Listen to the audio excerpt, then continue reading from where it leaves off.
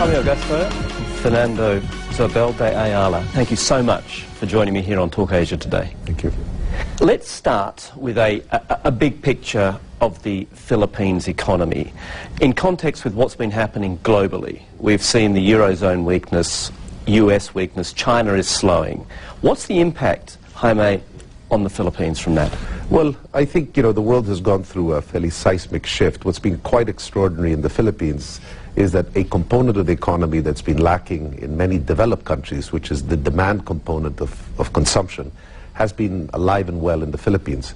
We have a fairly unique business model in the country. The service economy is very much alive in our country. Manufacturing has been weaker, but the service economy is alive. And there's been kind of a demographic shift globally where our service providers in many different fields have been in demand globally. They, in turn, about 10 million of our countrymen are working, I guess, in many different industries in many countries globally. And as they earn, they send their remittances back. Is that an important part of this Philippine growth story? Absolutely. I think our remittances... Too important, though? I think it's a positive thing. About $20 billion are remitted back to the country. That, in turn, drives a lot of our consumption, our housing, our telecommunication, the needs of households. And so the economy has continued to move based on this consumption-led model. So, Fernando, the economy is growing relatively fast here in the Philippines now, but the International Monetary Fund just recently said it's likely that the Philippines economy will remain a laggard when you compare it with other ASEAN countries like Indonesia, Malaysia, Vietnam. First, do you agree with that, and why is that? I think the whole of Asia has been growing very quickly. The Philippines has had its challenges in the past. We'd like to credit this administration with a lot of reform that has taken place that has brought about an enormous amount of new confidence, renewed confidence in the country. A young administration? A young administration. It's only been about a year and a half, but so much has been done to restore confidence. They've been extremely careful in how public funds are spent.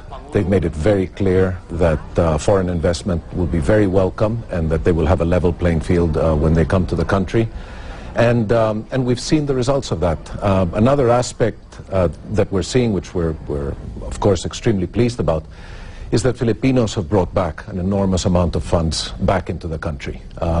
If you look at the stock market and the impact that the local funds have had, if you look at the asset management part of all our banking system, it's been growing by about 20% or more each year, which is an indication that Filipinos are bringing their money back and investing in their country. Isn't a sign, though, Jaime, of the Philippines economy doing well is to have, instead of the Filipinos seeking work outside the Philippines, they should be coming back? Sure.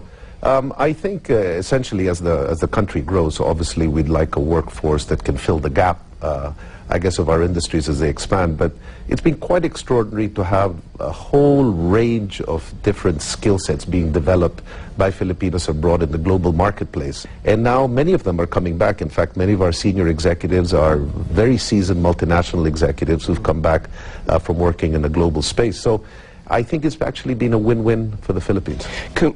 If you look at the tumultuous history of the Philippines, Fernando, how would you compare this period? Is this a period of relative strength, or do you see something a little bit more now? No, it's a period of great stability, political stability, and as you know, every businessman around the world is looking for stability, and it's really playing to the strengths of the country. At the end of the day, investment depends on a very peaceful and predictable political environment, and that's what we're seeing.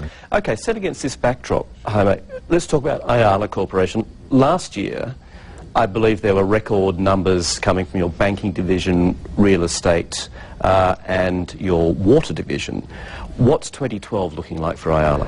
2012 is actually looking very good. As Fernando mentioned, I think the country has moved to a whole different level of governance. People are seeing it. People are respecting it. All our businesses are doing well. In our real estate business, we actually have more projects online than ever in our history. The banking business is reinventing itself and expanding.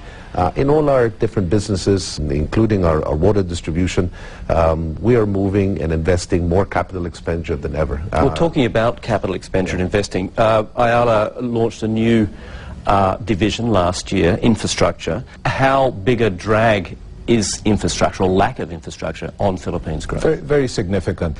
If you talk of roadways, toll roads, the rail system, our airports, so that we can encourage more tourism in the country, there's an enormous number of things that can be done, and you've got companies and foreign partners very interested in participating in this, and the banks ready to lend. So it's a very, very unique time for the country, and we need to take advantage of this opportunity.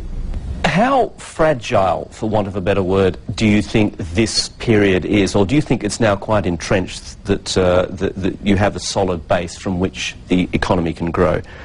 I mean, you always worry when there's just this much expansion that's coming. You worry that you may encounter some of the problems that other parts of the world have encountered. But we're going through a fairly early period in our growth cycle, and we've had a bumpy ride for a fairly long period of time. We've never had interest rates at these levels with money available for the tenure that we're seeing right now. There's just a lot of Filipinos that have never had access to basic things in this country, and with a low interest environment and with the economy lifting up, a lot of people will be able to start affording things like a basic home. Ferdinand E. Marcos. One word that is associated with the Philippines is corruption. How big a problem is it?